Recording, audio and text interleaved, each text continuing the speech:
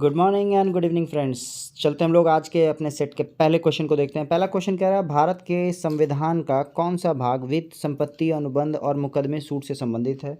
भाग आप ऑप्शन में देख रहे हैं, भाग 8 के बारे में बात कर रहा है। तो भाग 8 आपका कितना है? भाग 8 है आपका 239 से लेकर 242 तक है। कितने तक? 239 से 242 भाग 8 है, जिसको हम लोग कहते हैं संघ राज्य क्षेत्र। ठीक है। फिर भाग 9 कह रहा है, भाग 9 अगर ऑप्शन में देख लें तो भाग 9 में है आपका 243 से लेकर 243 ओ तक है। फिर भाग भाग 10 की बात कर रहा है, तो याद रखिएगा भाग 10 में क्या है आपका? भाग 10 में अनुसूचित जाति और जनजाति, उसके लिए है आर्टिकल कौन कौन सा? आर्टिकल है आपका SC ST क्षेत्र से रिलेटेड है ना? कौन सा? भाग 10। और आर्टिकल है 244 से लेकर 244A। ये दो आर्टिकल है आपका किसमें? भाग 10 में। तो आंसर क्या होगा? भाग 12 होगा।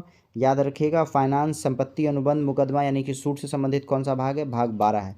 अच्छा, जब भाग 12 की बात कर रहे हैं तो ये कौन कौन से आर्टिकल्स तक है? याद रखिएगा, ये आर्टिकल्स 264 से लेकर 300A तक है।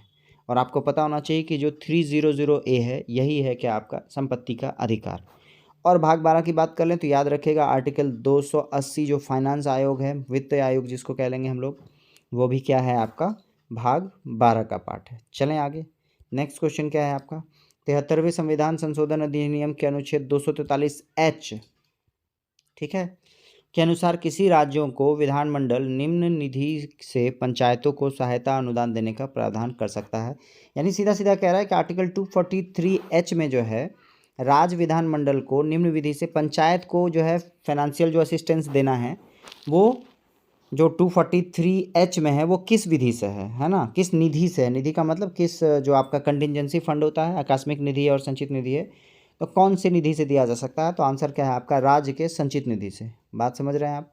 राज्य के संचित निधि से जो राज्य का विधानमंडल है वो पंचायतों को फिनेंशियल असिस्टेंस यानी कि वित्तीय सहायता दे सकता है। नेक्स्ट क्वेश्चन है, म्यांमार की आधिकारिक भाषा क्या है? तो याद रखिएगा, म्यांमार का पुराना नाम क्या था? बर्मा था। तो वहाँ की राजधानी क्या होगी आपकी? नेपिदो होगी। अभी क्या है? नेपिदो है। और पहले क्या था? बर्मा जब था तो रंगून राजधानी थी। तो पूरा देश का भी नाम बदल गया, राजधानी का भी नाम बदल गया, बट आज भी जो आपका आधिकारिक लैंग्वेज है वो क्या है? बर्मी है। चलें आगे। नेक्स्ट क्वेश्चन क्या है? निम्नलिखित में से कौन सा कथन असत्य है? आपसे पूछ रहा है कि गलत कौन सा है। पंचवर्षीय योजनाओं के लक्ष्य समृद्धि, आधुनिकीकरण, आत्मनिर्भरता तथा समानता थे। तो बिल्कुल सही है, यही था। सेकंड है, सीमित संसाधनों के कारण प्रत्येक योजना में पृथक लक्ष्यों का निर्धारण किया गया, अलग अलग टारगेट रखा गया, ये भी सही है। तो क्वेश्चन पूछ रहा है कौन सा गलत है? तो ना तो एक गलत है ना तो दो गलत है, मतलब ये क्या होगा? आंसर डी होगा, क्योंकि दोनों का दोनों आपका सेंटेंस सही है। नेक्स्ट, निम्नलिखित में से किस सुल्तान ने सती प्रथा रोकने का प्रयास किया? याद रखेंगे, ये पहला ऐसा राजा था जिसने सती प्रथा को रोकने का प्रयास किया। ये कौन था? ये था आपका महमूद बिन तुगलक। कौन था? महमूद बिन तुगलक, जिसका कार्यकाल है आपका 1325 से लेकर कहाँ? 1351 तक। ठीक है, चलें आगे। सबसे प्रथम बार जो है सती प्रथा को रोकने का प्रयास किसने किया? महमूद बिन तुगलक। नेक्स्ट क्वेश्चन क्या है आपका? तुलसीदास ने रामचरितमानस किसके शासनकाल में लिखा? यानी कि सीधा सीधा आप समझिए कि तुलसीदास किसके शासनकाल में राजकवि हुआ करते थे। ऑप्शन है कृष्णदेव राय, जहांगीर, शाहजहां और अकबर। तो आंसर क्या होगा? तुलसीदास अकबर के शासनकाल में रामचरितमानस का निर्माण किया उन्होंने। ठीक है, और हम बात कर लें तो अकबर को हिंदी साहित्य का, याद रखिएगा, अकबर के शासनकाल को हिंदी साहित्य का क्या? स्वर्ण युग माना जाता है। ठीक है, हिंदी साहित्य का स्वर्ण युग माना जाता है। नेक्स्ट क्वेश्चन है, निम्नलिखित में से किस मुगल शासक ने संगीत और नृत्य पर प्रतिबंध लगा दिया? बहुत आश्चर्य की बात है फ्रेंड्स, ये वो शासक है जो खुद संगीत वादक था, है ना, जिसे खुद जो है आपका एक म्यूजिक इंस्ट्रूमेंट बजाना पसंद करता था, वो संगीत और चित्रकला में भी पसंद करता था, बट फिर भी उसने बैन लगा दिया। ये कौन था? ये औरंगजेब है। कौन है? औरंगजेब है, जिसकी मृत्यु कब हुई? 1707 में। इसकी मृत्यु इसलिए इंपॉर्टेंट है क्योंकि मुगल शासक का जो आखिरी आपका जो मोस्ट इंपॉर्टेंट जो रूलर था वो कौन था? औरंगजेब। में अगला क्वेश्चन कह रहा है कि कहाँ पर अशोक के अभिलेख यानी स्तंभ के निचले भाग में मयूर यानी कि मोर का चिन्ह अंकित है, मिला है? तो याद रखिएगा ये कौन सा है आपका? ऑप्शन देख लेते हैं, शाहबाजगढ़ी, ठीक है, मानसेहरा, सोपारा और लौरिया नंदनगढ़। तो याद रखिएगा, आपको कह रहा है क्या कि अशोक के अभिलेख में मयूर यानी कि मोर का चिन्ह मिला है, ये है आपका लौरिया नंदनगढ़। कौन सा है? लौरिया नंदनगढ़। अब क्वेश्चन ये कि ये है कहाँ? तो याद रखिएगा ये आपका है चंपारण में। कहाँ? चंपारण बिहार में ये आपका अभिलेख है। चलें आगे। नेक्स्ट क्वेश्चन क्या है आपका, भारत में मुद्रा आपूर्ति की स्थिति के संबंध में कहा जा सकता है। यानी कि आपको कह रहा है करेंसी से रिलेटेड क्या बात कर रहा है, देख लेते हैं। कह रहा है जनता के पास बैंक मुद्रा के जमा से कम है, बिल्कुल यही होना चाहिए। जनता के पास मुद्रा बैंक में जमा से अधिक है, गलत बात है। जनता के पास केवल विनिमय में है, गलत है। और जनता के पास मुद्रा बैंकों में जमा के बराबर है। तो आंसर क्या होगा, आंसर फर्स्ट होगा, जनता के पास मुद्रा जो है वो बैंक में जमा से कम है, याद रखिएगा ऑलवेज। नेक्स्ट क्वेश्चन क्या है आपके पास, विकास केंद्र उपागम किस योजना के अंतर्गत अपनाया गया था। तो विकास केंद्र उपागम का मतलब हो गया, उपागम का मतलब हो गया बिजनेस, है ना। तो विकास को ध्यान में रखकर जो टारगेटेड है वो कौन सा है, तो वो है आपका चतुर्थ पंचवर्षीय योजना। और चतुर्थ पंचवर्षीय योजना का जो टाइम लाइन है वो है आपका 1969 से 1974। अब ये आप जानने वाली बात है, जैसे 1969 दिखता है तो हम लोग को 14 बैंकों का नेशनलाइजेशन याद करना चाहिए। वो कब हुआ था, 1969 में। साथ ही साथ 1966 से लेकर 1999 तक ये जो पंचवर्षीय योजना का क्या था, आवास था, अवकाश काल था। अवकाश काल का मतलब हर एक साल एक साल के अल्टरनेट पे जो है रोलिंग प्लान चलाया गया था, वार्षिक योजना चलाई गई थी, पंचवर्षीय योजना नहीं चलाई गई थी। तो आंसर क्या है, विकास केंद्र उपागम किस योजना के अंतर्गत अपनाया गया था, तो चतुर्थ पंचवर्षीय योजना के अंतर्गत अपनाया गया था। चलते हैं आगे। नेक्स्ट क्वेश्चन में क्या कह रहा है आपका, जो वन चक्रवातों के अवरोधकों का कार्य करता है, यानी कि चक्रवात के लिए अवरोध का काम करता है, रोकने का काम करता है, वे वन कौन से होते हैं। तो याद रखिएगा वो कौन से होते हैं, उनको कहते हैं हम लोग मैनग्रोव वन। क्या कहते हैं, मैनग्रोव वन। और भारत में जो सबसे बड़ा मैनग्रोव कहाँ है, वो है आपका जो आपका डेल्टा है ना, सुंदरवन डेल्टा है, वहाँ क्या है आपका भारत का सबसे बड़ा मैनग्रोव है। और जनरली जो होता है मैनग्रोव, क्या मैंने बताया था आपको, जो कांटों वाली झाड़ियों का एक जो है समूह हो गया, उनको हम लोग मैनग्रोव बोले। और ये कहाँ बनता है, डेल्टा पे बनता है। चलें, तो आपका आंसर क्या होगा, जो वन चक्रवातों के अवरोध का कार्य करता है, अवरोध का कार्य करने का मतलब रोकने का कार्य करता है, उसको कौन सा वन कहते हैं, मैनग्रोव वन कहते हैं। नेक्स्ट क्वेश्चन क्या है, पाटलिपुत्रा को पॉलीब्रोथा किसने कहा था। तो देखिए ऑप्शन में हेनसांग, फायान, मेगास्थनीज और इनमें से कोई नहीं। तो मेगास्थनीज का जो बुक था इंडिका, मेगास्थनीज जो बुक लिखा था इंडिका, उसमें जो है पाटलिपुत्रा को उसने पॉलीब्रोथा के नाम से कहा था। किस नाम से कहा था, पॉलीब्रोथा के नाम से कहा था। ठीक है, अब बात कर लें हम लोग हेनसान के बारे में। तो याद रखिएगा हेनसान हर्षवर्धन के शासनकाल में भारत आया था, ये ध्यान रखेंगे, ह से ह ये याद रखिएगा। हेनसान किसके शासनकाल में आया था, हर्षवर्धन के शासनकाल में आया था। और फायन किस में आया था, चंद्रगुप्त सेकंड में। किस में, चंद्रगुप्त सेकंड में, जो कि आपके गुप्त डायनेस्टी के राजा हुआ करते थे। नेक्स्ट क्वेश्चन है, चंद्रग्रहण के दौरान चंद्रमा पर पड़ने वाली पृथ्वी की छाया को कितने भागों में बांटा जा सकता है। तो देखिए चंद्रग्रहण के दौरान जो चंद्रमा पर पड़ने वाली पृथ्वी की छाया है उसको हम लोग बेसिकली 3 भागों में बांटते हैं। किस भागों में, 3 भागों में। क्या क्या नाम है उनका, एक का नाम है अम्बरा, क्या है, एक का नाम है अम्बरा, दूसरा को क्या है, पेनम्बरा, ठीक है, और तीसरा क्या है, एटम्बरा, ठीक है। ये 3 वर्ड है। अब तीनों का क्या क्या मतलब है, तो आपको कह रहा है क्या कि अम्बरा का मतलब हो गया कि सबसे गहरा छाया, ठीक है, भीतरी और सबसे अंदर भाग का गहरा छाया है, ठीक है। फिर जब हम बात करें पेनम्बरा का, नम्बरा ऐसे लिख दीजिए आप, ठीक है। पेनम्बरा के बारे में बात करें, क्या कह रहा है कि अम्बरा के दोनों तरफ मौजूद हल्का जो छाया होता है उसको कहते हैं पेनम्बरा। और सबसे लास्ट आता है एटम्बरा, उस भाग को कहते हैं जहाँ से वस्तु का पूरा आकार क्या होता है, नजर आता है। तो सीधा सीधा चंद्रग्रहण में जो छाया बन रहा है उसके टोटल 3 प्रकार हैं। एक आपका गहरा वाला पार्ट है, ऐसे वाला, फिर गहरा के साइड साइड से जो थोड़ा बहुत लाइट दिख रहा है वो, और पूरा जो आकार आपको नजर आ रहा है वो, 3 टाइप में। नेक्स्ट है, शिक्षा की वार्धा योजना कब लाया गया था। तो याद रखिएगा शिक्षा का वार्धा योजना, ऑप्शन में देख लेते हैं हम लोग, 27, 37, 41 और 47।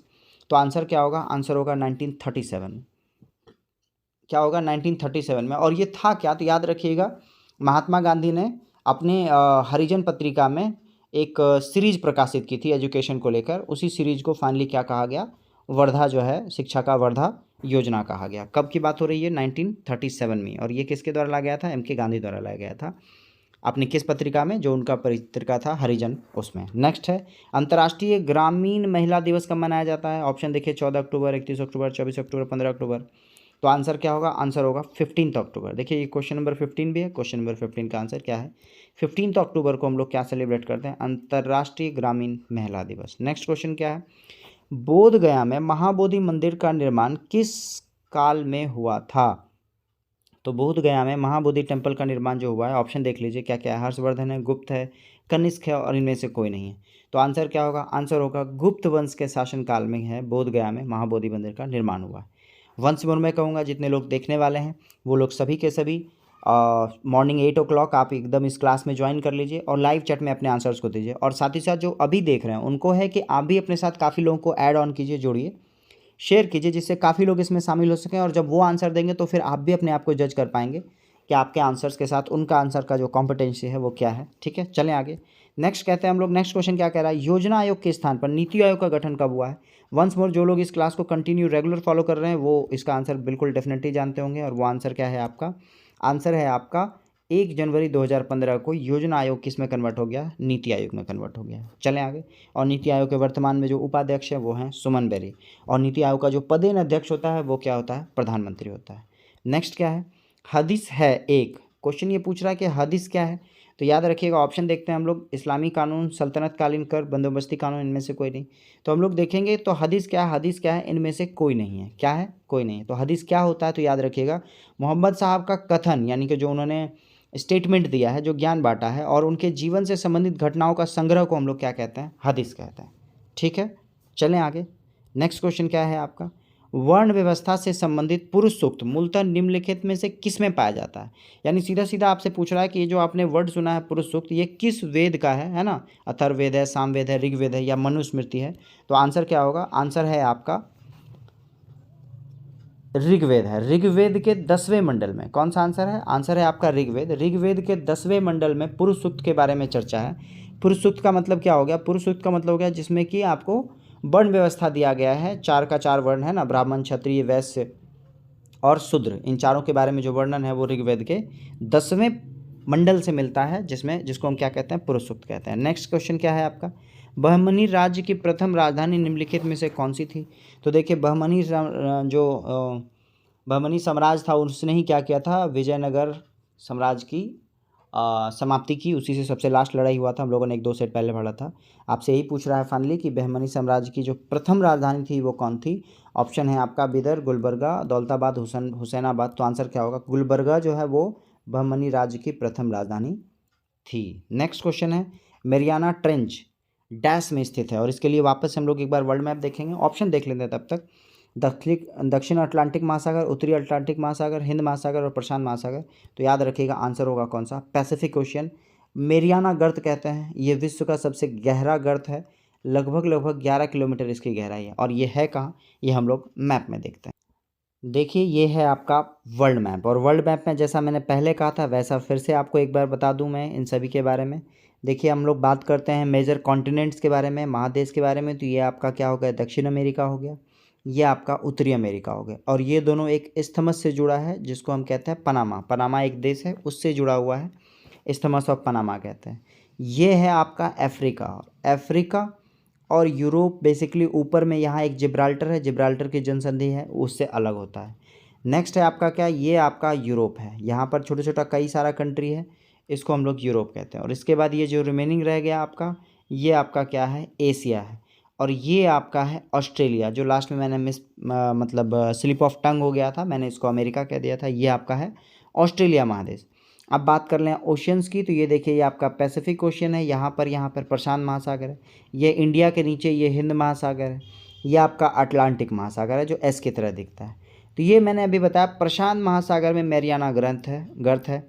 तो देखिए हम लोग बात करें प्रशांत महासागर को, जब जूम करेंगे है ना, ये रहा आपका प्रशांत महासागर, देखिए आपको दिख रहा होगा नॉर्थ पैसिफिक ओशियन। जब हमने इसको जूम किया तो देखिए आपका इस जगह पे फिलीपींस, यहाँ देखिए ये आपका कंट्री क्या है, इंडोनेशिया है, एशिया में है ना। ये आपका रेड वाला क्या है, फिलीपींस है।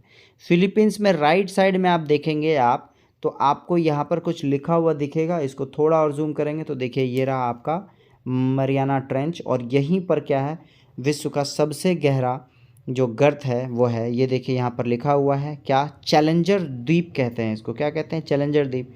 World's greatest ocean depth 10,924 meter. ठीक है, तो आई होप सो अब आप समझ सकते होंगे। अब मैं इसको क्या करता हूँ, जूम बैक करता हूँ, आपको दिखेगा ये वर्ल्ड मैप में है कहाँ। देखिए चाइना के आसपास नज़र आ रहा है, फिलीपींस के सामने नज़र आ रहा है, और ऑस्ट्रेलिया के ऊपर है। तो फाइनली हमारा आंसर क्या होगा, पैसिफिक ओशियन, प्रशांत महासागर में ये आपका मैरियाना ट्रेंच है। चलें आगे, चलते हैं हम लोग अपने क्वेश्चन पे। इस क्वेश्चन का आंसर होगा प्रशांत महासागर। और आपसे अगर इन फ्यूचर पूछे कि प्रशांत महासागर का शेप क्या है, तो याद रखिएगा ट्रायंगल शेप में माना जाता है प्रशांत महासागर को। नेक्स्ट क्वेश्चन है, पुरुषों के 1983 के क्रिकेट विश्व कप फाइनल में मैन ऑफ द मैच निम्नलिखित में से किसे घोषित किया गया था? याद रखिएगा 1983 का जो वर्ल्ड कप है वो किसने जीता था? इंडिया ने जीता था पहली बार कपिल देव के कप्तान में। और मैन ऑफ द मैच किसको मिला था? तो मैन ऑफ द मैच मिला था option number B, Mohinder Amarnath को। किसको मिला था? मोहिंदर अमरनाथ को 1983 विश्व कप का फाइनल मैच में मैन ऑफ द मैच मिला था। और जब हम बात कर लें कि वर्ल्ड कप हुआ कहाँ था, तो याद रखिएगा ये 1983 का वर्ल्ड कप इंग्लैंड में आयोजित हुआ था। कहाँ हुआ था? इंग्लैंड में हुआ था। ठीक है। और फाइनल किसके किसके साथ हुआ था? तो एक तो मैंने बताया आपको इंडिया था, दूसरी ओर वेस्ट इंडीज़ था। कौन था? वेस्ट इंडीज़ था। क्लियर। कप्तान कौन थे? कप्तान थे कपिल देव। और मैन ऑफ द मैच किसको मिला? मैन ऑफ द मैच मिला मोहिंदर अमरनाथ को। किसको मिला? मोहिंदर अमरनाथ को। चलें आगे। नेक्स्ट क्वेश्चन क्या है आपका? नेक्स्ट क्वेश्चन है भारत में प्रथम न्यूक्लियर ऊर्जा स्टेशन की स्थापना कहाँ हुई थी? तो देखिए आप, जो भारत में प्रथम न्यूक्लियर ऊर्जा स्टेशन की स्थापना, ऑप्शन देख रहे हैं कलपक्कम, तारापुर, कोटा, नरोरा। तो आंसर क्या होगा? तारापुर। तारापुर में प्रथम न्यूक्लियर ऊर्जा स्टेशन हुआ था। ठीक है। और जब बात करें न्यूक्लियर रिएक्टर के बारे में, किसके बारे में? रिएक्टर के बारे में, तो प्रथम जो रिएक्टर था वो आपका क्या था? उसका नाम है आपका अप्सरा। हम लोगों ने लास्ट सेट में शायद ये पढ़ा है, अप्सरा नाम है प्रथम रिएक्टर, न्यूक्लियर रिएक्टर। और ऊर्जा स्टेशन कौन? तारापुर। नेक्स्ट ध्यान रखेंगे। नेक्स्ट क्वेश्चन क्या है आपका? क्वेश्चन नंबर 24, बिहार के प्रथम निर्दलीय मुख्यमंत्री कौन थे? तो याद रखेंगे, ऑप्शन देख लेते हैं, महामाया प्रसाद सिन्हा, सतीश प्रसाद सिंह, श्री कृष्ण सिंह, और इनमें से कोई नहीं। तो प्रथम निर्दलीय मुख्यमंत्री थे महामाया प्रसाद सिन्हा। कौन थे? महामाया प्रसाद सिन्हा। और ये बने थे आपके मुख्यमंत्री 1967 में। कब बने थे? 1967 में। नेक्स्ट है, एशियाटिक सोसाइटी ऑफ बंगाल की स्थापना किस वर्ष की गई थी? तो याद रखिएगा, एशियाटिक सोसाइटी बंगाल जो है आपका, एशियाटिक सोसाइटी ऑफ बंगाल की स्थापना, ऑप्शन देख लेते हैं, 1884, 1784, 1764, 1734। तो आंसर है 1784, 1784 ईस्वी में की गई क्या? एशियाटिक सोसाइटी ऑफ बंगाल की स्थापना। और उस समय जो है स्थापना किसने कराया था? ये भी लिख लीजिए, स्थापना कराया था विलियम जोन्स ने। किसने? विलियम जोन्स ने इसकी स्थापना कराई थी। और 1784 जैसे ही आता है तो पॉलिटिकल साइंस का हम लोग को एक और एक्ट याद आता है 1784 का, विलियम पीट एक्ट। क्या बोलते हैं? विलियम पीट एक्ट कब आया था? 1784 में। नेक्स्ट, संविधान के निम्नलिखित में से किस प्रावधान के अंतर्गत भारतीय संसद को नया राज्य बनाने का अधिकार है? देखिए यहाँ पे कह रहा है नया राज्य बनाने का अधिकार है। तो भारतीय संविधान का जो आर्टिकल 1 से 4 है, भाग पहला से 4, उसमें आर्टिकल 3 और 4 में इस तरह के कुछ प्रावधान है। तो देखिए ऑप्शन में 3 और 4 दोनों दिया है, तो मैं जाऊंगा ऑप्शन 3 के साथ। नया राज्य बनाने का जो आपका अधिकार है, जो भारतीय संसद को मिला है, वो आर्टिकल 3 के अकॉर्डिंग मिला है। किसके अकॉर्डिंग? आर्टिकल 3 के अकॉर्डिंग मिला है। और किसी राज्य के नाम और सीमा में परिवर्तन अगर बोले तो सेकंड में परिवर्तन है, और 3 में क्या है आपका? चेंजेस है। और क्वेश्चन ये बोले कि संसद को ये अधिकार मिला है, ये किस आर्टिकल में है? तो ये आर्टिकल है 4 में। 4 में बताया गया है कि जो भी राज्य के सीमा में या नाम में परिवर्तन करना है तो वो अधिकार किसके पास होगा? वो आपके संसद के पास होगा। चलते हम लोग अगले क्वेश्चन में। अगला क्वेश्चन क्या कह रहा है? फीफा विश्व कप 2026 का आयोजन कहाँ हुआ था? तो 2026 ये क्वेश्चन मैंने आपको क्या प्रीवियसली सेट में बताया है। 2026 आने से पहले हम लोग बात कर लें, 2022 का जो आपका फीफा वर्ल्ड कप था वो कहाँ हुआ था? वो कतर में हुआ था। कतर की राजधानी क्या होगी? दोहा होगी। और क्वेश्चन ये है कि जीता कौन, हारा कौन? तो याद रखिएगा, जीतने वाला कौन? अर्जेंटीना। और हराया किसको? फ्रांस को हराया। किसको हराया? फ्रांस को हराया। तो याद रखेंगे, जीतने वाला अर्जेंटीना 2022 का कहाँ हुआ है? कतर में हुआ है। हराया किसको? फ्रांस को हुआ। और क्वेश्चन ये है कि 2026 का आयोजन कहाँ होगा? तो याद रखिएगा 2026 का आयोजन होने वाला है यूएसए, कनाडा और मैक्सिको में। ठीक है। 2026 का फीफा वर्ल्ड कप कहाँ होगा? यूएसए, कनाडा और मैक्सिको में। नेक्स्ट क्वेश्चन क्या है आपका? भारतीय संविधान के किस अनुच्छेद में मानव के दुर्व्यापार और बलात् श्रम को रोकने का प्रयास किया गया है? मतलब बच्चे जो हैं वो 14 साल से कम के बच्चों को हम लोग किसी भी कारखाने में काम नहीं करा सकते हैं। ये आपका किस आर्टिकल में बताया गया है? तो ये आपका आर्टिकल कौन सा होगा? 23 होगा। और ह्यूमन ट्रैफिकिंग के बारे में अगर बात कर लें तो वो कौन सा होगा? आर्टिकल 24 होगा। ठीक है। या ये कह लीजिए कि आर्टिकल 24 में ही लिखा हुआ है कि 14 वर्ष से कम बच्चों को हम ज़बरदस्ती काम नहीं करा सकते। ठीक है। और मानव के दुर्व्यापार का मतलब यहाँ पर सिंपल समझिए ह्यूमन ट्रैफिकिंग की बात कर रहा है। और ह्यूमन ट्रैफिकिंग की बात किसमें? आर्टिकल 23 के अनुसार है कि बलात् श्रम और मानव अंगों का व्यापार या दुर्व्यापार प्रतिबंधित है। ये कौन से आर्टिकल में? आर्टिकल 23 में। चलें आगे। नेक्स्ट क्वेश्चन क्या है? संघीय संसद का निम्न अथवा लोकप्रिय सदन आप किसे संबोधित करते हैं? तो देखिए सबसे पहले तो ये समझिए कि निम्न सदन किसको बोला जाता है? वैसा सदन जो परमानेंट हो। कैसा हो? परमानेंट हो, उसको हम लोग कहते हैं उच्च सदन कहते हैं। ठीक है। और भारत में जो लोकसभा और राज्यसभा है, जिसमें राज्यसभा है वो आपका परमानेंट सदन है, इसलिए उसको उच्च सदन कहा जाता है। तो निम्न सदन कौन सा होगा? निम्न सदन होगा आपका लोकसभा। कौन सा? लोकसभा होगा। आपको कह रहा है संघीय संसद का निम्न अथवा लोकप्रिय सदन, और लोकप्रिय सदन भी है क्योंकि डायरेक्ट लोग इलेक्शन यहाँ से जहाँ भी जितने लोग पहुँचते हैं उनका क्या होता है? डायरेक्ट इलेक्शंस होता है, इसलिए निम्न सदन कह लीजिए या लोकप्रिय सदन कह लीजिए, ये कौन सा होगा? लोकसभा। चलते हम लोग नेक्स्ट क्वेश्चन में। नेक्स्ट क्वेश्चन कह रहा है भारत के वे पहले उपराष्ट्रपति जिनकी कार्यकाल के दौरान मृत्यु हुई थी वे कौन थे? ऑप्शन है Krishnakant, R Venkataraman, B D Jatti और भैरव सिंह शेखावत। तो आंसर क्या होगा? आंसर याद रखिएगा कृष्णकांत। कौन थे? कृष्णकांत एकमात्र ऐसे उपराष्ट्रपति हैं जिनका जो है कार्यकाल के दौरान मृत्यु हुआ है। ऑप्शन में क्या कह रहा है? क्वेश्चन में कह रहा है उपराष्ट्रपति। अच्छा, क्वेश्चन ये कि कृष्णकांत उपराष्ट्रपति कब से कब तक थे? तो याद रखिएगा 1997 से लेकर 2002 तक उपराष्ट्रपति कौन रहे हैं? कृष्णकांत रहे हैं, और उनकी जो मृत्यु है उनके कार्यकाल के दौरान हुई है। नेक्स्ट क्वेश्चन क्या है? जुलाई 2023 में संयुक्त अरब अमीरात में आयोजित 34वें अंतर्राष्ट्रीय जीव विज्ञान ओलंपियाड 2023 में भारत का स्थान कौन सा था? तो देखिए, आपको इंटरनेशनल बायोलॉजी पे बेस्ड जो है ओलंपियाड है 2023 में, भारत का कौन सा स्थान हासिल है? याद रखेंगे भारत का स्थान कौन सा है? पहला है। कौन सा है? पहला स्थान मिला है आपको, जो आपका 34th इंटरनेशनल बायोलॉजी बेस्ड जो ओलंपियाड है उसमें भारत का स्थान है। ठीक है, और याद रखिएगा ऑप्शन में नहीं दिया हुआ है, अदरवाइज भारत के साथ साथ सिंगापुर, ये दो देश, सिंगापुर भी क्या है? पहले स्थान पे है। दो देश एक साथ है, भारत और सिंगापुर। चलें आगे। नेक्स्ट क्वेश्चन क्या है? नेक्स्ट क्वेश्चन, निम्नलिखित में से कौन पंचायती राज व्यवस्था को संवैधानिक दर्जा प्रदान करता है? तो देखिए, पंचायती राज व्यवस्था को संवैधानिक जो है दर्जा प्राप्त होगा किसके अनुसूची से? 11वीं अनुसूची से। 11वीं अनुसूची किसके लिए? पंचायती राज व्यवस्था के लिए है। और 12वां किसके लिए था? नगर पालिका के लिए था। ठीक है, चलें आगे। नेक्स्ट क्वेश्चन क्या है? भारत के आर्थिक नियोजन के क्षेत्र में एक शोषण विहीन समाज की स्थापना के उद्देश्य से किसने सर्वोदय योजना प्रस्तुत किया है? यानी आपको सीधा सीधा कह रहा है कि किसके शासनकाल में सर्वोदय योजना की शुरुआत हुई है। तो याद रखिएगा ये कौन है? सर्वोदय योजना को लाने वाले कौन है? ये हैं जयप्रकाश नारायण। कौन है? जेपी। ठीक है, चलें आगे। नेक्स्ट क्वेश्चन क्या है आपका? नेक्स्ट क्वेश्चन है 21 अप्रैल को कौन सा दिवस मनाया जाता है? देखिए 21 अप्रैल को ऑप्शन देख लेते हैं, सिविल सर्विस डे, पंचायती राज दिवस, पृथ्वी दिवस और विरासत दिवस। तो आंसर क्या होगा? 21 अप्रैल को हम लोग सिविल सर्विस डे मनाते हैं। क्या मनाते हैं? सिविल सर्विस डे मनाते हैं। अच्छा, जब बात कर लें पृथ्वी दिवस की तो याद रखिएगा पृथ्वी दिवस कब मनाया जाता है? 22 अप्रैल को मनाया जाता है। 22 मार्च को जल दिवस है, 22 अप्रैल को क्या है? पृथ्वी दिवस है। बात कर लेते हैं पंचायती राज दिवस कब मनाया जाता है? तो पंचायती राज दिवस मनाया जाता है 24 अप्रैल को। कब मनाते हैं? 24 अप्रैल को मनाते हैं पंचायती राज दिवस। और विश्व विरासत दिवस कब मनाया जाता है? तो ये मनाया जाता है 18 अप्रैल को। कब? 18 अप्रैल को। तो देखिए अप्रैल की 4 घटनाएं आपको मिली हैं। सबसे पहला 18 अप्रैल विश्व विरासत दिवस, फिर आपका 21 अप्रैल सिविल सर्विस डे, फिर आपका 22 अप्रैल पृथ्वी दिवस और 24 अप्रैल पंचायती राज दिवस। नेक्स्ट क्वेश्चन क्या है आपका? पूर्ण स्पर्धा में कीमतों का लेन देन आप किसे मानते हैं? तो याद रखिएगा कंप्लीट कॉम्पिटिटिव जो आपका ये मार्केट है, एक तरह का इकोनॉमिक का टर्म है। इसमें जो है लेन देन जो है वो कौन डिसाइड करता है? फर्म डिसाइड करता है ना। आपकी मर्जी, आप इस चीज़ का कोई भी रेट रख रहे हैं, लेकिन क्या होता है लॉन्ग रन में आपका अगर कंज्यूमर नहीं खरीदेगा तो फिर क्या होता है? आपको उसके हिसाब से अपने प्राइस को शिफ्ट करना पड़ता है। चलेंगे तो पूर्ण स्पर्धा में कीमत का लेन देन फर्म से माना जाता है। नेक्स्ट क्वेश्चन क्या है? निम्नलिखित में से भूटान की मुद्रा क्या है? तो देखिए हम लोगों ने पढ़ा था कुछ दिन पहले, भूटान की मुद्रा नेगुलट्रम है। क्या है? नेगुलट्रम। और टका की बात कर ले तो बांग्लादेश का क्या है? टका है। रुपया क्या है? इंडिया का है और भी कई सारे कंट्री का है। डॉलर भी कई सारे कंट्री का है। तो भूटान की राजधानी क्या है? याद रखिएगा भूटान की राजधानी है थिम्पू। क्या है?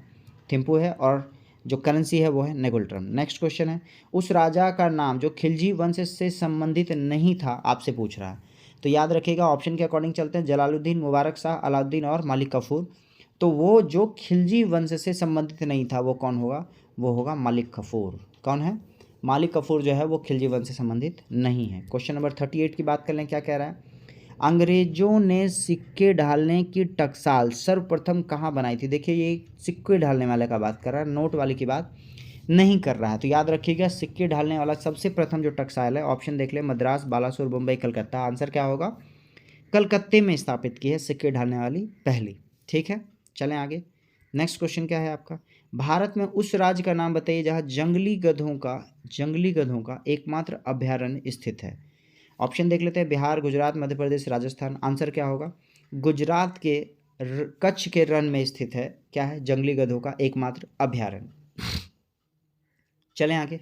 नेक्स्ट क्वेश्चन क्या है आपका? नेक्स्ट क्वेश्चन है राष्ट्रमंडल यानी कि कॉमनवेल्थ गेम्स के बारे में बात कर रहे हैं। राष्ट्रमंडल खेल 2022 पदक तालिका में भारत कुल कितने पदक के साथ चौथे स्थान पर रहा? देखिए, दो तो आपको एकदम क्लियर कट हो गया होगा। कॉमनवेल्थ दो गेम जो 2022 में है खेला गया है, उसमें भारत का जो रैंक है कौन सा है? चौथा है। कौन सा है? भारत का रैंक चौथा है। और याद रखिएगा, अब आपसे पूछ रहा है क्या, कितने पदक के साथ? तो नंबर ऑफ जो मेडल्स है भारत का वो है 61। कितना है? 61 मेडल है। चलें, तो कॉमनवेल्थ गेम में जो पहला स्थान था वो किसका था? तो याद रखिएगा, पहला एक स्थान था ऑस्ट्रेलिया का। किसका? ऑस्ट्रेलिया का। दूसरा कौन था? दूसरा था इंग्लैंड। कौन था? इंग्लैंड। और तीसरा कौन था? तीसरा था कनाडा। ठीक है। और चौथा कौन है फिर? भारत है। अच्छा, भारत ने टोटल कितने स्वर्ण पदक जीते? अगर स्वर्ण की बात कर ले उसी में, तो स्वर्ण आपका हो गया 22। कितने हो गए? 22 स्वर्ण पदक जीता किसने? कॉमनवेल्थ में भारत ने। और टोटल मेडल 61। और पोजीशन कौन सा? चौथा। चलें आगे। नेक्स्ट क्वेश्चन क्या है आपका? अरावली पर्वत श्रृंखला निम्नलिखित में से किस राज्य में अवस्थित नहीं है? तो अरावली पर्वत श्रृंखला बेसिकली आप ऑप्शन देखेंगे तो गुजरात, राजस्थान और हरियाणा में अवस्थित है, पंजाब में अवस्थित नहीं है। कौन? अरावली श्रृंखला। चलें आगे। नेक्स्ट क्वेश्चन क्या कह रहा है? लोक लेखा समिति अपनी वार्षिक रिपोर्ट किसे पेश करती है? तो देखिए, लोक लेखा समिति जो है वो बहुत इंपॉर्टेंट समिति में से एक है, पहले तो ये जान लीजिए। इसमें टोटल नंबर ऑफ पर्सन कितने होंगे? टोटल 22 होंगे, जिसमें 15 आपके लोकसभा से और 7 आपके राज्यसभा से होते हैं। और लोक लेखा समिति अपना रिपोर्ट किसको देगा? तो सीधा सीधा देगा लोकसभा अध्यक्ष को। किसको देगा? लोकसभा अध्यक्ष को देगा। और बेसिकली ये किसके रिपोर्ट को चेक करता है? तो याद रखिएगा, ये सीएजी यानी कि कंट्रोलर एंड ऑडिटर जनरल के रिपोर्ट को चेक करके और फाइनली जो फाइनल ड्राफ्ट है वो किसको देगा? लोकसभा अध्यक्ष को देगा। ठीक है, चलते हैं नेक्स्ट क्वेश्चन। नेक्स्ट क्वेश्चन है, किस भारतीय राज्य में ईसाई जनसंख्या का प्रतिशत, यहाँ ध्यान दीजिएगा, अधिकतम है? तो मेरे माइंड में सबसे पहला क्या आया था? गोवा आया था, क्योंकि गोवा में क्या है, नंबर ऑफ जो क्रिश्चियन है वो ज़्यादा है। लेकिन क्योंकि वहाँ बाकी सारे धर्मों के भी लोग होंगे, क्योंकि टूरिस्ट प्लेस है, तो मे बी कुछ लोग जाकर वहाँ बस भी गए हों। तो फिर मैंने देखा ऑप्शन को ध्यान से, गोवा, मिज़ोरम, केरल और नागालैंड। तो आंसर क्या होगा? मिज़ोरम होगा। मिज़ोरम में जो ईसाई का परसेंटेज है वो परसेंटेज वाइज जो है वो सबसे ज़्यादा कहाँ है? मिज़ोरम में है। लेकिन जब बात करेंगे नंबर ऑफ ईसाई की, है ना, संख्या की बात करेंगे तो आंसर गोवा होगा। परसेंटेज की बात करेंगे तो आंसर क्या होगा? मिज़ोरम होगा। चलें आगे। ये जो डेटा है ये डेटा 2011 जनगणना की है, हमेशा ये ध्यान में रखेंगे। नेक्स्ट क्वेश्चन है, भारत के संविधान का निम्नलिखित में से कौन सा अनुच्छेद पाकिस्तान के कुछ प्रवासियों की नागरिकता के अधिकारों से संबंधित है? तो याद रखिएगा, पाकिस्तान के कुछ प्रवासियों से रिलेटेड है आर्टिकल 7, 6, 4 और 5। आंसर क्या होगा? आर्टिकल 7 इससे रिलेटेड है। किससे? पाकिस्तान के कुछ प्रवासियों के नागरिकता के अधिकारों से रिलेटेड है। नेक्स्ट याद रखिएगा, जो हम बात कर लेते हैं, नागरिकता जो है भारत के किस भाग में है? भाग 2 में है। कौन सा आर्टिकल? आर्टिकल 15 से 5 से 11। कौन सा? 5 से 11। नेक्स्ट क्वेश्चन क्या है आपका? किस नागरिक सम्मान की आकृति पीपल के पत्ते के समान होती है? तो देखिए, आपने कई बार देखा होगा ये पीपल के पत्ते का जो आपका मेडल है ये किस में दिया जाता है? ऑप्शन देख लीजिए, अर्जुन पुरस्कार, पद्मश्री, द्रोणाचार्य, भारत रत्न। आंसर क्या होगा? भारत रत्न। भारत रत्न जब दिया जाता है तो उस पर क्या, पीपल का पत्ता का मार्क होता है। और जब बात कर लेते हैं भारत रत्न की, तो सबसे पहला भारत रत्न 1954 में दिया गया है। चलें आगे। नेक्स्ट क्वेश्चन क्या है? ब्रिटिश सरकार द्वारा भारत में मॉर्ले मिंटो सुधार, देखिए आप पॉलिटिकल साइंस पढ़ेंगे तो मॉर्ले मिंटो सुधार पढ़ेंगे। अच्छा, इस सुधार में हुआ क्या था?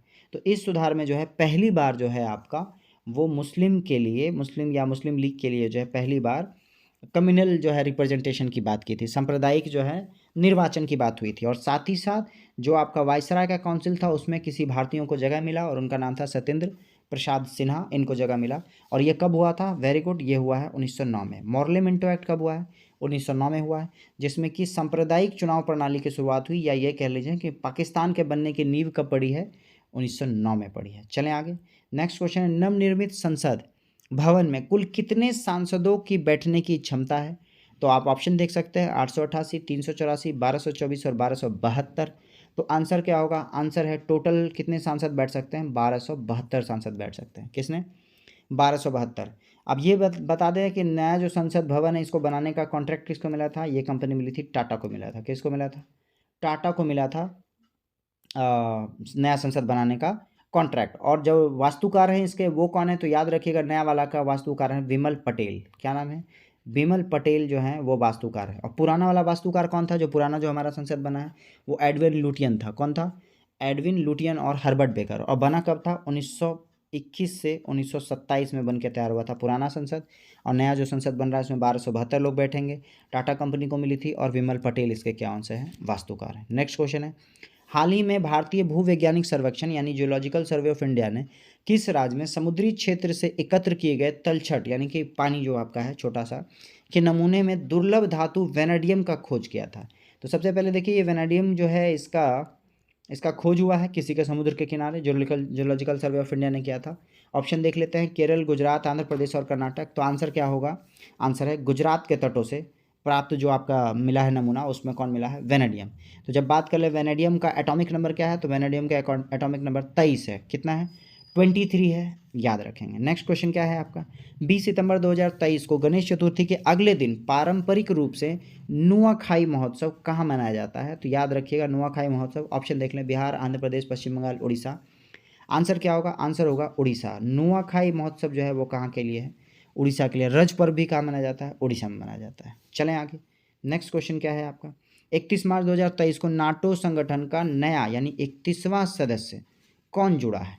तो याद रखिएगा नाटो में कौन जुड़ने वाला है आपका, 31वां सदस्य कौन है आपका। ऑप्शंस देख लेते हैं, ईरान, इराक, फिनलैंड और यूक्रेन। आंसर क्या होगा, आंसर होगा फिनलैंड। 31वां सदस्य कौन जुड़ा है, फिनलैंड।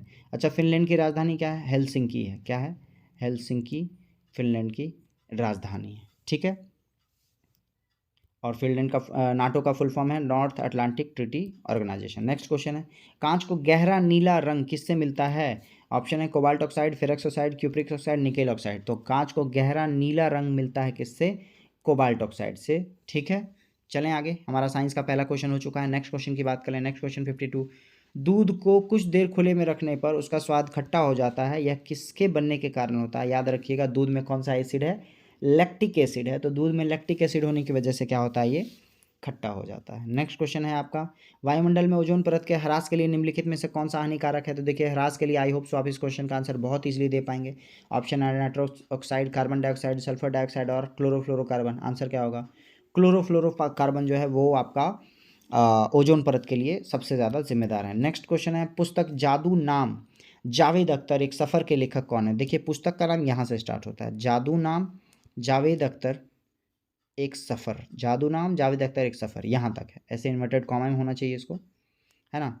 कि लेखक कौन है, ऑप्शन देख सकते हैं आप, है ना, अमीश त्रिपाठी, जीवेश नंदन, सुब्रा गुप्ता और अरविंद मंडलोई। आंसर होगा अरविंद मंडलोई। कौन है, अरविंद मंडलोई ने बुक लिखा है जादू नाम जावेद अख्तर एक सफ़रनामा। नेक्स्ट क्वेश्चन है आपका, मानव में मुख्य नाइट्रोजनी अपशिष्ट कौन सा है, यानी कि किसके थ्रू जो है नाइट्रोजन सबसे ज़्यादा निकलता है, वो है आपका यूरिया। क्या है, यूरिया है। मानव में मुख्य नाइट्रोजनी अवशिष्ट क्या है, यूरिया है। नेक्स्ट क्वेश्चन है आपका, निम्नलिखित में से किसे फूल्स गोल्ड के नाम से जाना जाता है। मतलब दिखता तो वो सोने की तरह है बट वो सोना है नहीं, किसको जाना जाता है। अच्छा जो भी है वो आंसर मैं आपको बताता हूँ, याद रखिए उसको क्यों जाना जाता है। एक तो उसके कलर की वजह से, उसका जो कलर है वो चमकदार हल्का लाइट पीला है ना, तो दैट इज़ वाई उसको क्या कहते हैं, फूल्स गोल्ड कहते हैं। आंसर क्या होगा आपका, आंसर होगा आपका FeS2 जिसको हम लोग कहते हैं फेरस सल्फाइड।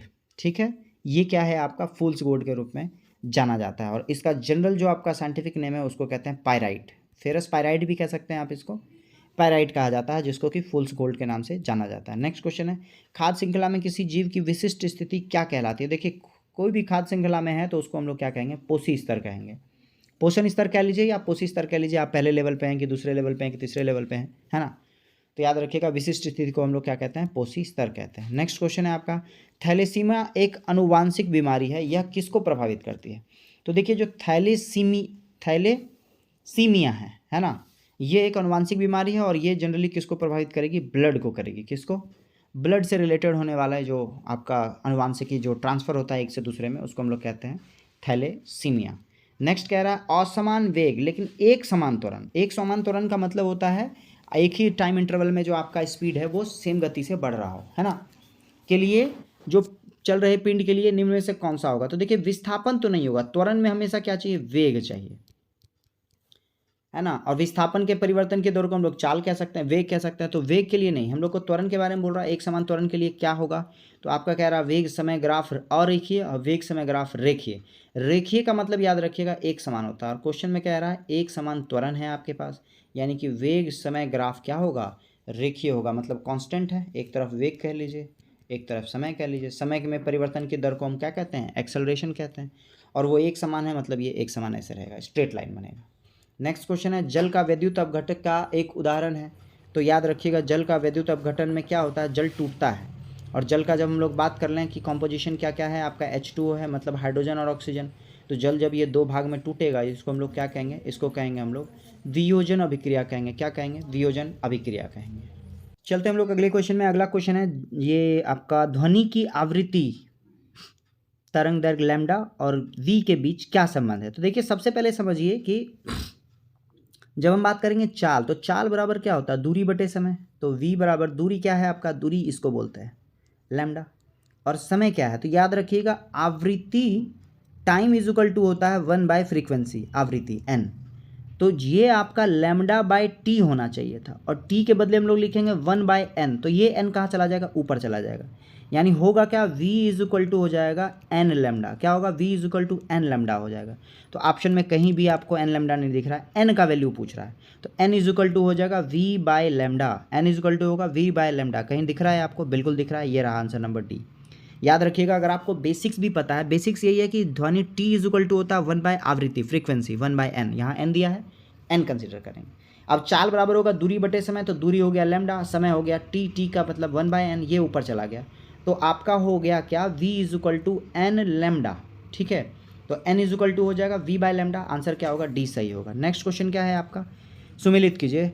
हाइड्रोलिक दाब का सिद्धांत, गड़ी के जड़त्व का सिद्धांत, सौर प्रणाली का हीलियो सेंटर और गुरुत्वाकर्षण। देखिए जब बात करेंगे गुरुत्वाकर्षण का सर्वाधिक नियतांक, तो ये तो आपका न्यूटन होगा, डी का डी यानी कि 4, ये डी है आपका। ठीक है, फिर बात कर ले हाइड्रोलिक का सिद्धांत किसने दिया है, हाइड्रोलिक का दिया है, ये प्रेशर से रिलेटेड है, पास्कल ने दिया होगा, ए हो गया। ठीक है, सौर प्रणाली का रिलेटेड किससे होगा, गैलीलियो से होगा, तो गैलीलियो नहीं होगा। सौर प्रणाली का रिलेटेड किससे, कॉपरनिकस से, एस सी हो गया। और जब बात करें जड़त्व का नियम, गैलीलियो दिए हैं, बी हो जाएगा। तो सी बी ए डी। देखिए फर्स्ट टाइम जो इनको देखेंगे ना कि जड़त्व का नियम गैलीलियो ने दिया है, काफ़ी डाउट में आएंगे। लेकिन मैं आपको लिटरली बता दूं कि जब आप जैसे जैसे डेप्थ में चलते चले आएंगे, आपको कन्फ्यूजन उतना ही होता चला जाएगा। बट अभी फिलहाल याद रखिए कि गणित का जो जड़त्व का सिद्धांत है किसने दिया है, गैलीलियो ने दिया है, C B A D. Option क्या होगा, सी बी ए डी। हम लोग देख लेते हैं, सी बी ए डी का मतलब ये हो गया आपका पहला का, देखिए कौन सा हो गया आपका, थर्ड हो गया। ठीक है, सी, बी का मतलब 2, ए का मतलब ये आंसर क्या होगा, बी होगा। वापस से आप एक बार क्वेश्चन को देख लीजिए। क्वेश्चन में क्या क्या है आपका, हाइड्रोलिक का सिद्धांत तो कौन सा होगा आपका, पास्कल होगा। जड़त्व का सिद्धांत कौन सा होगा, गैलीलियो होगा। सौर प्रणाली का जो हीलियोसेंट्रिक सिद्धांत है वो कॉपरनिकस से दिया था, और गुरुत्वाकर्षण का न्यूटन ने दिया था। ये आपको ध्यान में रखना। और इसमें मोस्ट इंपॉर्टेंट कौन सा, बी का है। जड़त्व का नियम किसने दिया है, गैलीलियो ने दिया है, ये आपको ध्यान में रखना है। चलते हैं हम लोग अगले क्वेश्चन में। अगला क्वेश्चन वापस से देखिए, ये मैचिंग वाला दिया हुआ है, और इसमें आपको ऑप्शन दिख रहा होगा, क्वेश्चन दिख रहा होगा। यहाँ आपको कह रहा है क्या, अलग अलग देखिए डिस्टेंस दिया हुआ है, और यहाँ आपको वैल्यू दिया हुआ है। तो मुझे जो याद है, मुझे ये क्या है, प्रकाश वर्ष याद है। और प्रकाश वर्ष कितना होता है, ये होता है 9.46 इंटू 10⁻15 मीटर, या 9.46 गुना 10⁻12 किलोमीटर। इस पर 10⁻12 अगर लगा दें तो ये क्या हो जाएगा, किलोमीटर हो जाएगा। कौन सा आपका प्रकाश वर्ष, सी का 4। तो सी का 4 किसको दिख रहा है आपको, सी का 4 दो जगह दिख रहा है, इसमें और इसमें। तो हम लोग पहला, इसके बाद बात कर लें किसकी, पारसेक की। याद रखिएगा 3.24 के आसपास जो होता है, 26 जो होता है वो होता है एक पारसेक होता है। 3.261 प्रकाश वर्ष बराबर होता है एक पारसेक। यानी इसको जब 3.261 से मल्टीप्लाई करेंगे तो कितना आ जाएगा, ये आ जाएगा। यानी डी का सेकंड किस में, डी का सेकंड आपको दिख रहा होगा बी वाले में है, तो आंसर क्या होगा, बी होगा। हालांकि आपको दिख रहा है बी भी दिख रहा है और डी भी दिख रहा है। और हम लोगों ने अभी बात किया था कि फर्स्ट का ये जो आपका लाइट ईयर है सी का, वो क्या 4 चाहिए। तो आपको इसमें भी दिख रहा है, इसमें भी दिख रहा है, मतलब दोनों का दोनों आंसर अभी फिलहाल कंसीडर कर सकते हैं कि सही हो सकता है। नेक्स्ट अब बात कर ले किसकी, एंगस्ट्रम की। तो एंगस्ट्रम फिर वापस से बहुत आसान है। एंगस्ट्रम बराबर होता है 10⁻−10 मीटर। यानी बी का फर्स्ट, तो बी का फर्स्ट अब नज़र आ रहा है आपका किसमें है, यहाँ है, यहाँ भी है। तो ये भी आपका क्या है, गलत है। ठीक है, क्योंकि हम लोग को पता था कि 4 नंबर जो आपका पारसेक है उसका वैल्यू 2 है, तो वैल्यू 2 है। अब हम लोग वैल्यू फाइनल समराइज कर लें, तो ये जो रहा पारसेक, इसको हम लोगों ने लिखा 2, फिर ये लिखा एंगस्ट्रम, एंगस्ट्रम का वैल्यू 10⁻−1, प्रकाश वर्ष इसका वैल्यू 9.46, और फर्मी का आ गया 3। अब आप ऑप्शन अगर देख लें, तो आपको क्लियर कट दिखेगा ऑप्शन कहाँ कहाँ कौन कौन सा है। तो आंसर हमारा क्या होगा, आंसर हमारा डी होगा। चलें आगे नेक्स्ट क्वेश्चन की बात कर लें। नेक्स्ट क्वेश्चन यहाँ से एक और चीज़ आउटपुट निकाल सकते हैं कि फर्मी बराबर 10⁻⁻15 होता है, और इसको याद भी कर लीजिएगा, ठीक है। एंगस्ट्रम 10⁻10, प्रकाश वर्ष इतना और पारसेक इतना। नेक्स्ट क्वेश्चन है आपका, कार्नेलाइट किसका अयस्क है। अगर आप लोग कंटिन्यू क्लास को देख रहे हैं तो बिल्कुल आराम से इसका निकाल सकते हैं। ऑप्शंस क्या है, एल्युमिनियम, टीन, सीसा और यूरेनियम। तो कार्नेलाइट किसका है, यूरेनियम का अयस्क है। किसका है, यूरेनियम का अयस्क है। नेक्स्ट क्वेश्चन है आपका, निम्नलिखित में से संतृप्त वसा अम्ल यानी सैचुरेटेड फैटी एसिड कौन सा है, वो आपको बोल रहा है। तो याद रखिएगा, सैचुरेटेड फैटी एसिड के बारे में बात कर लें तो एसिटिक एसिड भी है और पामेटिक एसिड भी है। ये दोनों का दोनों क्या है, आपका सैचुरेटेड फैटी एसिड है। तो आंसर क्या होगा, ए एंड बी दोनों होगा। नेक्स्ट है, मम्स डैश के द्वारा होता है, तो मम्स वायरस से होता है, यानी ऑप्शन में देख लें विषाणु द्वारा उत्पन्न है। क्या है, मम्स क्या है, विषाणु द्वारा उत्पन्न रोग है जो कि गला से संबंधित है, ठीक है। चलें आगे नेक्स्ट क्वेश्चन है, वापस से मिलान बोल रहा है आपको, सर्दी, फाइलेरिया, मलेरिया और आंत्रज्वर। तो सबसे पहले हम लोग बात कर लें मलेरिया की, ठीक है। मलेरिया के बारे में क्या बात करेंगे, मलेरिया जो है वो एक प्रोटोजोआ से होता है। ये रहा आपका परजीवी प्रोटोजोआ, ठीक है, मादा एनाफिलीज से है, तो वो आपका क्या है, प्रोटोजोआ है। तो सी का 4 किस में नजर आ रहा है, सी का 4 ये 2 में नजर आ रहा है, मतलब ये या ये आंसर होगा। तो हम लोग पहला बात कर ले सर्दी। तो सर्दी जनरली किससे होता है, वायरस से होता है ना, जो कहते हैं ना कि हम लोग वायरल फीवर है। तो देखिए सर्दी किससे होगा, वायरस से होगा। तो थर्ड का फर्स्ट यानी बी, पहला का पहला यानी कि आपको नजर आ रहा है आंसर क्या होगा, बी नंबर है। तो बी को मैच कर लेते हैं, फर्स्ट का फर्स्ट है ना, फिर बी का थर्ड यानी कि ये आ गया आपका फाइलेरिया आ गया, परजीवी कृमि से। सी का 4 तो मलेरिया किससे है, प्रोटोजोआ से। और आंत्रज्वर किससे है, बैक्टीरिया से, ठीक है। सर्दी में वायरल फीवर होता है तो याद रखिएगा वायरस से होता है। नेक्स्ट क्वेश्चन क्या है आपका, अंतरिक्ष यान में ऑक्सीजन की आपूर्ति के लिए प्रयुक्त किए जाने वाले एक कोशिकीय जीव कौन सा है, सिंगल सेल्यूलर जीव कौन सा है। ऑप्शन में है यूलोथ्रिक्स है ना, ओडोगोनियम, साइरोगायरा और क्लोरेला। तो आई होप सो अगर जो लोग पहले से इस क्वेश्चन को देख पा रहे होंगे, पढ़ लिए होंगे, उनका आंसर आ गया होगा। क्लोरेला वो ऐसा सिंगल कोशिकीय जीव है, सवाल है बेसिकली, जिससे अंतरिक्ष यान में ऑक्सीजन की पूर्ति हो पाती है। नेक्स्ट क्वेश्चन है, कैल्शियम कार्बाइड पर पानी गिराने से उत्पन्न गैस कौन सा होगा। तो कैल्शियम कार्बाइड पर जब हम लोग पानी गिराएंगे तो जो उत्पन्न गैस है वो होगा आपका एसिटिलीन। कहाँ गया एसिटिलीन, ये रहा answer number D, acetylene. Acetylene को कहते हैं C2H2, और फल पकाने के लिए हम लोग इसका यूज़ करते हैं एसिटिलीन का। तो सबसे पहले देखिए कैल्शियम कार्बाइड का फॉर्मूला क्या होगा, CaC2 होगा, और इसमें क्या H2O मिल रहा है, हम लोग जल मिला रहे हैं, और आउटपुट में क्या आ रहा है, आउटपुट में आ रहा है कैल्शियम ऑक्साइड प्लस C2H2 जिसको हम लोग एसिटिलीन कहते हैं, ठीक है। तो आंसर क्या होगा, आंसर डी होगा। नेक्स्ट क्वेश्चन है हमारा, क्वेश्चन नंबर 70 क्या कह रहा है, कुछ ऑटोमोबाइल्स में पीले रंग के अतिरिक्त है हाईलाइट्स यानी हेडलाइट्स लगे रहते हैं। आपने देखा होगा रोड पे वाइट और पीला कलर का हेडलाइट भी दिखता है। तो आपसे यही पूछ रहा है कि पीला कलर का हेडलाइट क्यों यूज़ करते हैं। तो वो यूज़ करते हैं फॉग को कम करने के लिए, कुहासे को कम करने के लिए। तो देखिए पीले रंग में कुहासे को भेद देता है, और कोहरे भरी रात भरे में मार्ग क्या दिखेगा आपको, क्लियर विजिबल होगा। क्लियर, फॉग के लिए हम लोग पीला लाइट का भी हेडलाइट यूज़ करते हैं। नेक्स्ट क्वेश्चन है, पोर्टलैंड सीमेंट में मुख्य घटक कौन कौन सा है। तो जनरली जो सीमेंट हम लोग घर बनाने में यूज़ करते हैं उसी को पोर्टलैंड सीमेंट कहते हैं, पोर्टलैंड सीमेंट।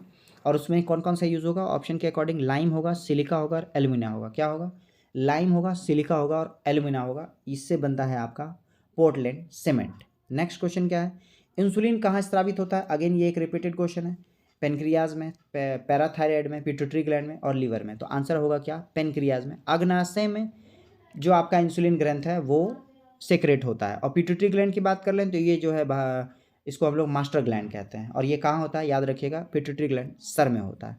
नेक्स्ट, अवतल लेंस में मुख्य फोकस पर मिलती हुई प्रतीत होने वाली प्रकाश किरणें अपवर्तन के बाद निकलेंगी। देखिए सबसे पहले तो अवतल लेंस बना ले हम लोग, ये आपका क्या होगा, अवतल लेंस होगा। और यहाँ पर पता है ये क्वेश्चन बहुत ज़बरदस्त है, उल्टा क्वेश्चन दिया है। ये ऐसे प्रकाश ऐसे टकराएगा और इसी से वापस हो जाएगा, और ये आपका ऐसे है। तो कह रहा है कि ये टकराने के बाद ऐसे सीधा जाएगा, ध्यान में रखिएगा। जो फर्स्ट हमारा सेट होता है उसमें हम लोग लाइन को ऐसे लाकर और टकराने के बाद ऊपर ले जाते हैं, लेकिन क्वेश्चन में उल्टा बोल रहा है। कह रहा है मुख्य फोकस पर मिलती हुई प्रतीत होने वाली प्रकाश किरणें, यानी ऐसे जो आ रही है, इधर से जो आ रही है वो लगेगा मुख्य फोकस पे आ रहा है ना, वो जो है अपवर्तन के बाद कहाँ जाएगी, वो अपवर्तन के बाद ये देखिए बेस के पैरेलल निकल जाएगी, मुख्य फोकस के समांतर निकलेगी। तो आंसर क्वेश्चन कौन सा होगा, मुख्य अक्ष के समांतर निकल जाएगी, है ना। इस क्वेश्चन को थोड़ा सा इंटरेस्टिंग बना के उल्टा पूछा गया था।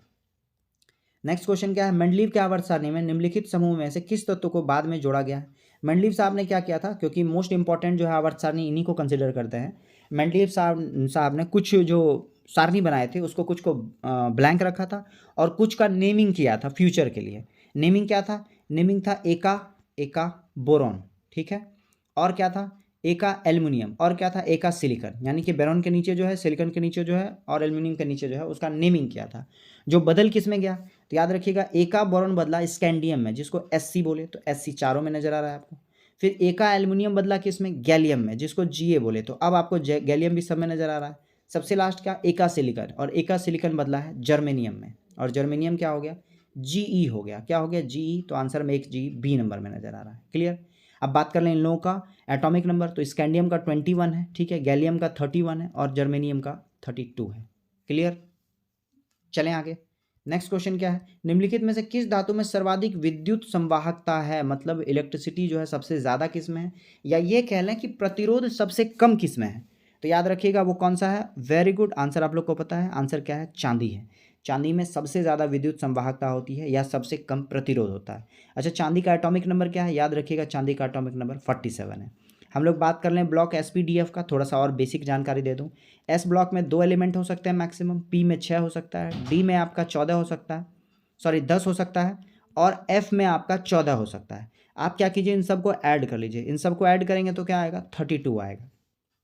और अगर सिल्वर का आपका एटॉमिक नंबर पता है कि 47 है और SPDF का कॉन्सेप्ट जान रहे हैं आप, तो ऐड क्या? 32 है। इन दोनों को ऐड कीजिएगा तो क्या आ जाएगा? गोल्ड आ जाएगा। क्या आएगा? गोल्ड आएगा। मतलब पूरा का पूरा एक साइकिल कंप्लीट करने के बाद जो एलिमेंट आएगा वो आएगा गोल्ड, और गोल्ड का एटॉमिक नंबर है 79। क्या है? 79 है। चलें आगे। नेक्स्ट क्वेश्चन हम लोग बात कर लें मैथ्स के कुछ क्वेश्चन की, और फिर बात करेंगे रीजनिंग के कुछ क्वेश्चन की। मैथ्स में है किन्हीं दो संख्याओं का योग और गुणनफल 11 और 18 है। देखिए आप मेंटली सोच सकते हैं, योग 11 है और 18 है मल्टीपल, तो 9 + 2 की बात कर लीजिए या 9 × 2 की बात कर लीजिए। अब कह रहा है उनके व्युत्क्रम का योग क्या होगा, यानी 1/9 प्लस 1/2 का योग क्या होगा? तो योग तो वापस से वही हो जाएगा ना, 9 + 2 11, और एलसीएम क्या हो जाएगा? मल्टीपल हो जाएगा 18। तो यही आपका आंसर है। ठीक है, जब भी इस तरह का क्वेश्चन दे तो याद रखिएगा, योग आपका ये पहला वाला, और आपका व्युत्क्रम में जो एलसीएम होगा वो आपका 18 होगा। तो आंसर क्या होगा? बी नंबर होगा। नेक्स्ट क्वेश्चन क्या है आपका? यदि एक संख्या का 1/3 उसकी क्रमानुयायी संख्या के 5वें भाग से 1 अधिक है तो वह संख्या क्या होगा? देखिए, आपको क्रमानुयायी का मतलब क्या होता है? क्रमानुयायी का मतलब होगा आपका उसका अगला संख्या, है ना, उसी क्रम में अगला। अनुयायी का मतलब अगला। बहुत शुद्ध हिंदी दिया लेकिन समझना पड़ेगा। यानी आपका एक जो संख्या है उसका 1/3 जो है वो इसी संख्या का जो अगला नंबर है उसके 5वें भाग से 1 अधिक है, तो वो संख्या क्या होगा? या तो आप इक्वेशन बनाइए या ऑप्शन से डील कर लीजिए। मान के चलते हैं हमारा ऑप्शन नंबर 9 ले लेते हैं, क्योंकि 5वां भाग बोल रहा है, मतलब 5 के आसपास अगला संख्या 10 होना चाहिए या तो 5 होना चाहिए, तो 9 ले लेते हैं। 9 का 1/3 क्या हो जाएगा आपका? 9 का 1/3 3 हो जाएगा। ठीक है, और जब बात करें इसका अगला नंबर 10, तो 10 का 5वां हिस्सा क्या हो जाएगा? 2 हो जाएगा। 2 से 1 ज़्यादा है ना, देख रहे हैं आप? तो क्या बोल रहा है? उसके क्रमानुयायी संख्या के 5वें भाग से 1 अधिक है, मतलब ये जो 3 है वो 2 से 1 अधिक है। तो आंसर क्या होगा आपका? 9 होगा। कभी भी एग्जाम में क्वेश्चन देख के डरना नहीं। नेक्स्ट कह रहा है पहले 2 वर्ष में ब्याज दर 4% है, अगले 3 वर्ष में ब्याज दर 5% है, 5 वर्ष से अधिक के लिए 8% है। टोटल कितना दे रहा है? 7 वर्ष दे रहा है। तो इस 7 वर्ष में पहले 2 वर्ष के लिए क्या कह रहा है? 4% है। ठीक है, तो 4 दूनी कितना? 8% हो जाएगा। फिर कह रहा है अगले 3 वर्ष में ब्याज की दर 5% है, यानी अगले 3 वर्ष के लिए 5 दिया कितना? 15% हो गया। और फिर 5 वर्ष से अधिक के लिए 8% दे रहा है, तो 2 साल और, तो 8 दूनी 16%। ऐड कर लेते हैं, 16 15 31 और 9 39, 39% बराबर टोटल आपको देखिए ब्याज दे रहा कितना? 780। क्योंकि क्वेश्चन आप जब बार बार प्रैक्टिस करेंगे तो आपको पता होता है कि क्वेश्चन में क्या करना है। 39% बराबर 780 है, तो 1% बराबर देखिए आ जाएगा 20, सीधा सीधा 2 का मल्टीपल है।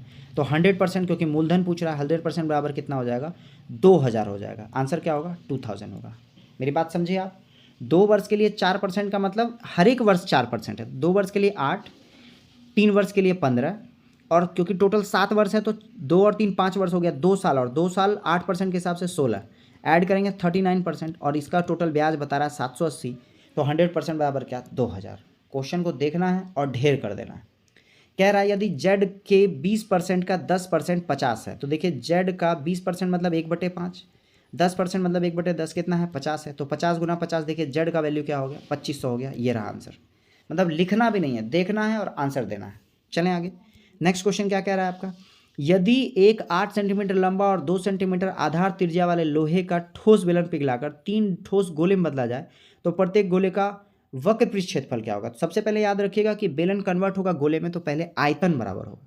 आयतन क्या होगा? तो पाई आर स्क्वायर का मतलब 2 गुना 2, क्योंकि आधार की त्रिज्या क्या बता रहा है? 2 बता रहा है। एच का वैल्यू कितना? 8। और इसको किस में बदलना? 3 ठोस गोला में बदलना। 3 गुना 4/3 पाई आर क्यू। आपको पता होगा कि गोला का आयतन पाई आर क्यू होता है। तो 3 3 कैंसिल हो गया, 4 से ये 4 कैंसिल हो गया, पाई से पाई कैंसिल हो गया। आर का वैल्यू फिर अगेन क्या आ गया? 2 ही आ गया। आर का वैल्यू कितना आया? 2 ही आया। तो आपसे पूछ रहा है पृष्ठ क्षेत्रफल कितना होगा? तो गोले का पृष्ठ क्षेत्रफल होता है 4 पाई आर स्क्वायर। तो 4 गुना पाई और आर का वैल्यू फिर 2 था, तो 2 का स्क्वायर क्या? 4। तो 4 चौके 16 पाई आंसर होगा। एग्जाम में आपको एकदम डिट्टो इसी रफ्तार से क्वेश्चन बनाना पड़ेगा, ठीक है, तभी जाकर एग्जाम क्लियर होगा। चलते हम लोग कुछ रीजनिंग के क्वेश्चन को देख लेते हैं, बहुत बेसिक। आपको पूछ रहा है इस बॉक्स में क्या आएगा, है ना? तो देखिए आप देख सकते हैं 4 का 10 है, 6 का 14 है, 8 का 13 है, तो इसका क्या होगा?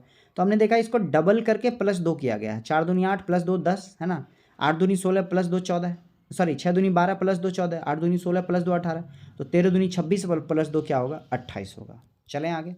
नेक्स्ट क्वेश्चन आपको दिख रहा होगा यहाँ पर। यहाँ हमने देखा कि शायद कुछ मल्टीपल दिख रहा है। 9 8 72 में अगर 7 घटा दें तो 65 आ जाएगा। 6 5 30 में अगर 4 घटा दें तो 26 आ जाएगा। तो 39 में 3 जोड़ लेते हैं, उल्टा कर लेते हैं, तो 42। तो 42 किसको मल्टीप्लाई करेंगे? 7। तो 7 छके 42 में 3 घटाया तो 39 आ जाएगा। तो आंसर क्या होगा? 7 होगा। क्लियर? चलें आगे। नेक्स्ट क्वेश्चन क्या कह रहा है? क्वेश्चन कह रहा है कि ए बी से अधिक है किंतु सी से कम है। इसका मतलब हो गया ए बी से अधिक है यानी बी नीचे होगा, और सी से कम है सी यहाँ होगा। नेक्स्ट कह रहा है डी ई से कम है किंतु ए से अधिक है। डी जो है वो ई से कम है, डी ई से कम है मतलब ई ऊपर होगा, ए से अधिक है ए नीचे होगा। यदि सी डी से कम है, सी जो है वो डी से कम है, सी डी से कम है मतलब सी नीचे है, प्राप्त करता है। बिल्कुल सही है। तो देखिए यहाँ पर इसी क्रम में, इस क्रम को यहाँ पे कर लें तो यहाँ सी हो जाएगा, ठीक है। सी ए के बाद यहाँ आ गया बी। अब आपको कह रहा है कि सबसे अधिक अंक कौन प्राप्त करता है? ई प्राप्त करेगा। क्या होगा? सबसे अधिक अंक कौन प्राप्त करेगा? ई प्राप्त करेगा। 2 सीक्वेंस बना है, दोनों को हमने एडजस्ट कर दिया। नेक्स्ट क्वेश्चन कह रहा है शब्दकोश यानी कि डिक्शनरी के अकॉर्डिंग एडजस्ट करना है। तो देखिए आप भी बहुत ध्यान से, डिक्शनरी के अकॉर्डिंग कैसे होगा। तो सबसे पहले एफ ई ए में आपको दिख रहा होगा दोनों सेम है, क्योंकि एफ ई के बाद एन है, ई है और एम है, एम के बाद एन, यानी ये सबसे लास्ट में होगा। ये 1 सबसे लास्ट में होगा, यहाँ नजर आ रहा है। सबसे पहला कौन सा होगा?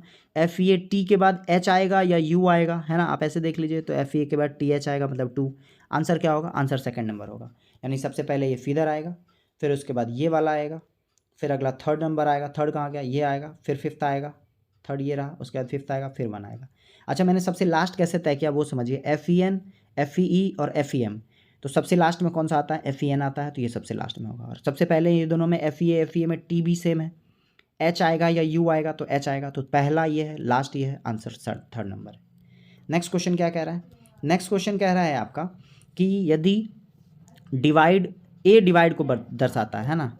ए जो है वो क्या है? आपका डिवाइड है, यहाँ मैं डिवाइड लिख देता हूँ। बी प्लस को दर्शाता है, बी कहाँ है? यहाँ प्लस है, बी प्लस है, ठीक है। सी क्या है? माइनस है, सी माइनस है। और डी क्या है? डी आपका क्या है? इनटू है, तो डी इनटू है। तो बहुत ध्यान से देखिएगा, पहले हम लोग डिवाइड करेंगे तो 6 4 जा, यहाँ 4 आ जाएगा, फिर 4 चौके 16 आ जाएगा, 16 में 9 ऐड कर लेंगे, 16 9 25 आएगा, और 25 में 8 घटा लेंगे, 25 में 8 घटाएंगे तो क्या होगा? 17 आ जाएगा। क्लियर? मैंने कुछ नहीं किया, यहीं पर स्क्रीन में माइंड में देख लिया कि डिवाइड है तो इससे इसको घटाया, तो 6 चौके 24, 4 आ गया। फिर डी का वैल्यू मल्टीप्लाई था तो 4 चौके 16 ये आ गया। फिर बी का वैल्यू प्लस था तो 16 + 9 क्या हो गया? 25 हो गया। और फिर माइनस में क्या है? 8 है। तो आंसर क्या होगा? आंसर हो गया आपका 17 नंबर आंसर हो गया। आंसर नंबर डी आपका क्या हो गया? सही हो गया। तो चलिए, आई होप सो आप लोग को मज़ा आ रहा होगा। आप लोग का बहुत बहुत धन्यवाद। बहुत अच्छे कमेंट्स आते हैं आपके, और आप लोग सीख भी रहे होंगे। आपके फीडबैक को देखकर मुझे बहुत ज़्यादा आनंद आता है कि आप आंसर सबमिट कर रहे हैं।